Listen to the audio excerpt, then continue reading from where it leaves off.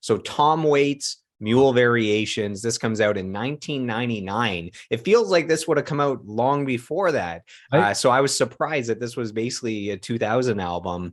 I was excited to dive into this one specifically because somehow when I was young, I ended up with his album Rain Dogs, which is a great album.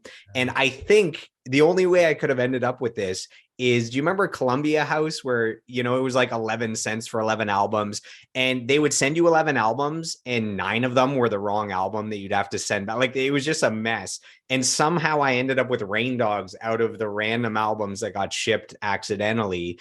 And I remember listening and being completely captivated, even though it's, you know, not my genre of music at that time. I'm too young to know what's going on. It's like I was listening to a movie. And you had described it as it's like a hobo, you know, getting on a train, describing things. And so I was excited because I'm familiar with Rain Dogs and I appreciate that. And I was excited to dive into a different album of his to kind of further explore the lore that is Tom Waits. Yeah. I mean, it's not for everybody, right? Because it's challenging. It's challenging. Listen, he's a challenging vocalist. He takes on challenging topics to a certain degree, and he presents it in a way that's challenging to listen to. So if you get it, and you're all in. And if you don't get it, I understand why you wouldn't get it. But to me, that record is kind of like, it's almost like that record to me feels like that's what he's been working towards. That's what everything has been sort of leading up to. That's the culmination of everything. That's where the songwriting and the production and the voice and just the presentation and the band playing behind him, that's when everything sort of hit an apex. And in 1999, like you said, it feels like it would have came out much earlier. Like, who the freak puts out a record like that in 1999? You know, it's I remember seeing an interview with Sammy Hagar talking about how unbelievably brave he thought Tom Waits was and how that was one of his favorite records. And I remember thinking, wow, this is really wild. This is Sammy Hagar, who I think at the time was still in Van Halen, you know, going off about how important this record was and how cool it was and how it needed to be made. And I couldn't have agreed with him more. And to make things even worse, I saw him on that tour. And I remember myself sitting in God, it's changed so many names now. I think it was the Hummingbird Center at that point, but now it's I'm not sure what it's called now. In Toronto, it was the Sony Center for a while, the O'Keefe Center at one point. Might have even been the O'Keefe Center when we went, but there was myself, my dear friend Terry Sawchuk, who's a songwriter, sitting next to me. Right next to me is Ron Sexsmith, and right next to him is Jim Cuddy. So there's the four of us sitting there. We're not really talking or all Canadian legends. Wow, those guys, but not me. But we're you know, I'm just lucky to be hanging. But we're not together. We're just happy to be sitting next to each other. Maybe there was somebody in between me and Ron Sexsmith, but we're all kind of in a row. And I can't remember what song he was playing. But it was off that record. It might have been Take It With Me. And I'm a mess. I am a freaking mess. I'm like embarrassing myself. And I'm thinking, oh my God, Alf, get it together. These guys are going to look over at you and just think you are a complete train wreck. And I look over at Terry. He's way worse than I am. He's just bawling. I look over at Ron Sexsmith, tears. Jim Cuddy, tears. I'm like, oh, okay, fine. Just let it go, man. It's not just me. And he's one of those guys that can do that. If you get what he does, you're all in, man. And there was the longest time I couldn't get through the whole Mule Variations record without like tearing up. I just couldn't do it. You know, so yeah. Hold On. Oh my God. That's the one single. The album is considered to have one single. It ended up selling over 1 million copies. Like it's somehow more grassroots just because of how great it was. Universal critical acclaim. Just like you mentioned, Jim Cuddy and Ron Sexsmith, Terry Sawchuk. It's like all these other legendary musicians talk about it like it's the greatest thing ever. So all of that over time ended up selling 1 million albums, which is awesome. But I believe Just Hold On is considered a single on there. But you talked about Take It With Me. That's definitely one of the standout tracks. It's very raw, a very raw recording, piano based. Some of the low notes that he hits are so low that it's almost like not singing. It's almost you have to speak to hit notes that low. And the recording is so raw that when the song finishes, you actually hear him scratch his beard once. Like that's how raw it was. And I'm like, oh, I think he just finished and scratched his beard. Yeah. Yeah. Oh, absolutely. And the funny thing about it is those guys work really hard on the sounds of those records. Like for the uninitiated listening to that album, you probably think that, man, they threw a cassette in the middle of the room and this thing. But these guys work really, really hard. And there's a lot of interesting sort of like influences coming together there. Like, first of all, his voice alone, like, you start thinking old blues singers like Howlin' Wolf, guys like that. And suddenly Captain Beefheart, even, and you could hear it. You can hear it in his voice. You can hear where his voice is coming from, the gruffness of it and that sort of approach to it. And he didn't always have that. That is something that's kind of evolved, and the way he sounds on Mule Variations compared to the way he sounds on Rain Dogs, you could hear it's the same guy, but it's a much more almost exaggerated, bigger, older kind of thing. And it feels more like sort of a classic old blues sort of voice, like somebody like Howlin' Wolf, somebody along those lines. But you can also tell that he was very influenced by a lot of those records. So records that came out in the 40s and came out in the 30s, and just the way that they recorded them and the sound of those records. So he's definitely going for that aesthetic in what he's doing, where it feels very much like, a microphone in a room and a band playing around it and him singing really loud into this one microphone. And yet that's not what's going on. It's like they're spending a lot of time trying to recreate that thing. So it feels almost haphazard, but it's not haphazard. And his songwriting feels almost haphazard, but it's not in any way haphazard. It's as polished as anything else that's out there. It's just the way that they take the production and the way they present it to you. And they don't make everything perfect. They don't make the playing perfect. They don't make the vocals perfect. They don't make everything about it perfect. And there's points where, like you say, you can hear him scratch his beard. And they'll do things like on earlier records where he's got like a rooster that just shows up in the middle of the song for no reason. You're like, what the hell? Who puts a rooster in this song? Well, Tom Waits does. But having said that, the guy's singing Hold On, or he's singing, Take It With Me. And you're like, oh my God, this is one of the most heartbreaking lyrics I've ever heard.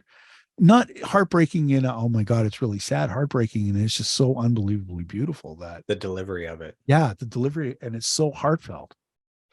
Like, it's so heartfelt. It's so honest and I think maybe that's it. Maybe it's honesty. Yeah, maybe that's the case. It does sound, again, it sounds like a movie. It does sound like one dude, this one character. Again, there's that, homeless dude kind of vibe, very gruff. To me, it sounds like he just allows you into his world for an hour, and the songs are different scenes in a movie. And it's funny to describe it that way because he is an actor. Like, he's been in 40 plus movies. So it's kind of cool that his albums seem like movies and scenes and characters and settings. And it's just very unique. There's nothing else like it. No, I don't think there's anything else like it. And I remember getting into a discussion with a band I was working with, and they were like, Tom Waits or Bob Dylan. And I'm like, why do we have to have a Tom Waits or Bob Dylan? That doesn't even make sense to me. They're not even in the same like stratosphere. They're like completely different animals. I think we can do Tom Waits and Bob Dylan on the greatest of all time list. Yeah. It's like the Beatles or the Stones. You're like, why can't we have both? I love them both. Why not? But with him, there's the atmosphere that happens with all of the music, and the delivery is so honest and so raw and so heartfelt. But also the lyrics are just, when you sit down and you think about them and what he's saying, the way he puts things, like, Hold On. there's a song they hung that what's the lyric? They hung a sign um on the south part of town. If you live it up, you'll never live it down. And I thought, oh my God, that's like me growing up in a small town. Like I understand that. Who the hell puts that? Like if you grow up in Espanola, Ontario, where there's like 5,000 people, everybody knows you. Everybody knows what you've been up to. If you were 16 years old and got drunk at a party at somebody's house, everybody knows it. You know, if you did something stupid, everybody knows it. If you got a girl pregnant, everybody knows it. It's like, and that just resonated with me so strongly. And that's the way his music does, man. It's just everything about it. And then I listen to it and, you know, I think, God, how brave to be, you know, a guitar player in his band and put together some of these parts that these guys are playing. Cause in a way it's so adept that it would be, you know, it's very difficult to do in terms of technical ability. Yet it sounds like you're a complete buffoon at times where you just like, you have no idea what you're doing, you know. It takes a lot of bravery to do something like that for me. Yeah, we're talking Tom Waits. We mentioned Bob Dylan. I do hear a little Bob Dylan influence in there. You know, and maybe vocally you can compare it slightly because they don't have the, you know, Mariah Carey all out vocalist. They have kind of the gruff spoken word. I find that Tom Waits, I guess I assumed he wasn't a great singer before diving into this stuff. But in listening to the album, he's a really good singer. Like he doesn't have this natural, beautiful tone to his voice, but he can really sing. Like the performance, he's hitting certain notes. So I think he's a better singer than maybe he gets credit for. And I feel like live it would actually be better than you think. You know what? I can say this about seeing him live, at least when I saw him live, what you don't expect. Like when you walk in and you see the setup for the concert before anybody's on stage, it literally looks like it's in a garage. Like it looks like, and like an auto mechanics garage, like, you know, the way the lights are hung and they have like these lights that come down and they're just white lights and they're on and they're over this, like, you know, a drum kit that the kick drum's way too big. And then all this percussion stuff that he's made. And there's a pump organ over on one side and then, you know, an upright bass and whatever. And there's nobody on the stage, but it just, everything looks dusty and it looks old and it looks like it's in a garage. It really does. And then they come out on stage and it might be one of the best lighting shows I've ever seen in my life. And I'm like, I wasn't expecting the concert.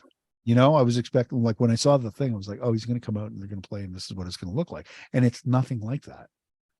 The lights go down and all of a sudden it's just this unbelievably cool lighting, cool, like really interesting sort of an original kind of delivery for performance and so on and so forth. So it was just unbelievably cool. What's funny is the two best live shows I've seen as far as lighting, you've mentioned both bands. So Radiohead and Nine Inch Nails had the best light shows I've ever seen. Oh, absolutely. Yeah. Yeah. Oh, the Nine Inch Nails thing is crazy. Crazy. I haven't seen Radiohead yet. I would like to do that. My partner saw them. She was very excited. She went by herself and saw them. I saw them in Montreal when I was 17, so it wasn't even legal to drink. But in Montreal, Quebec, they don't care. We went from bar to bar to bar leading up to the concert. Never got ID'd once, and it was, I had never seen anything like it. Where, you know, normally if you go to a festival, it's like at the festival there could be 20,000, 30,000, maybe 50,000 people, and it's because there's 20 bands together, all their fan bases can bring that out. Radiohead, it was just Radiohead and there were 60,000 people there. Oh yeah, well, it's, you know, they're Radiohead. I don't even know how to explain it, but you know, it's like, what, you know, they're Radiohead. You either get it or you don't get it, but boy, if you get it, do you get it? And I feel Tom Waits kind of like that, you know. If you get it, boy, do you get it. And if you don't get it, boy, do you not get it. Yeah, what's awesome about this album is he's one of those guys where it's like musicians loved him, but he hadn't broken through as far as sales and mainstream and radio play yet. And it felt like this album finally gave him his dues. So he won a Grammy for it, and he was nominated for a second Grammy for it. We mentioned that it did end up selling over 1 million copies. So it was nice to see him finally get that outside of the critical acclaim to get the, I guess, the financial or the commercial, you know.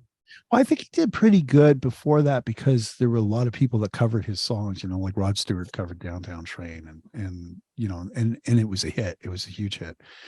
And I know Springsteen sang Jersey Girl. I don't know if he ever recorded it outside of playing it live. Or sorry, outside of like a live recording if you ever recorded. But you know, like if you got somebody like Bruce Springsteen covering one of your songs, Jesus. And I think also live he was doing well. Like he had a cult following, Yeah. and I think touring wise, it's just album sales wise, it finally caught up. You mentioned Bruce Springsteen. I actually heard a little Bruce Springsteen vocal influence in there as well on at least one of the songs, just like I heard Bob Dylan. Yeah, sure. Absolutely. But that's interesting because they would have started around the same time. So okay, so who would maybe have been just two guys who with similar influenced? timbres to Yeah, their voice. who influenced who, right? Yeah, But that's true. So I actually heard this album. So I was more familiar with Rain Dogs because I owned it. But I had actually heard this album once a few years ago because Rolling Stone put out a list of the 500 greatest albums of all time. This showed up at number 416. And I'm such a music nerd. I spent a year and I listened to the entire 500 albums, which is 400 to 500 hours of music. So when I dove back into this album for this episode, I right away I remembered Big in Japan. Like it's such a unique song that when that kicked in, I was like, oh yeah, okay, I remember this album, Big in Japan. And what's cool is Les Claypool from Primus plays bass on Big in yeah, Japan, which I did not know. yeah. Well, Tom Waits is on Tommy the Cat or whatever on a Primus record, right? So they're buddies. But yeah, that song, I mean, that's the other thing about this record is there's a sense of humor that's like Big in Japan is hilarious. The song's hilarious. And that's the other thing, Chocolate Jesus. The song is hilarious. Filipino box spring hog. Oh my God. This one, like I was rolling around on the ground laughing so that's the thing. It's like it goes from this point where you're like, I remember walking out from his live show thinking, I just got my ass kicked in the best way I've ever had it kicked. And I laughed, I cried, and I definitely became a better person for seeing it. And I meant that wholeheartedly. I wasn't actually joking. And that record is kind of like that, like if you get into Filipino box spring hog and you're listening, or what's he building in there? Like who puts that on an album?